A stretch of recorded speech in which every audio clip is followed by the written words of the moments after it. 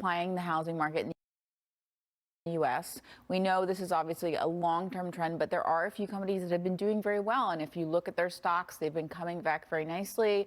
And particularly for the single-family home areas like your Pulte and your Toll Brothers, those are some home builders that are doing very well. Again, they're coming back. This could be short-term. Be prepared to get out. No, they're actually benefiting, though, from the lack of supply.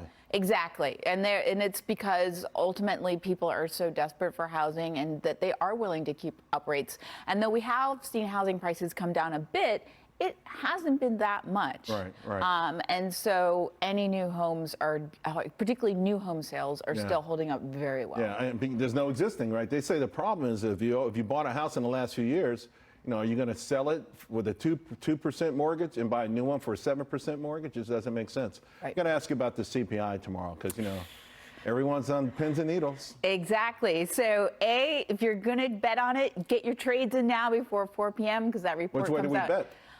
So I'm betting that it's going to be good and that we're going to see a pause.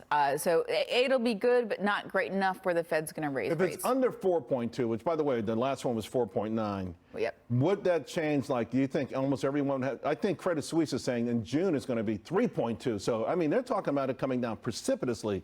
That would mean changing a whole lot of the conventional thinking. Absolutely. And it would completely change our trajectory on what we're looking for from the Fed. And just, it would be a game changer and really switch us up. So, look, I have my fingers crossed, but I am betting that it's going to be a good report. Yeah, great stuff. Thanks a lot, Erin.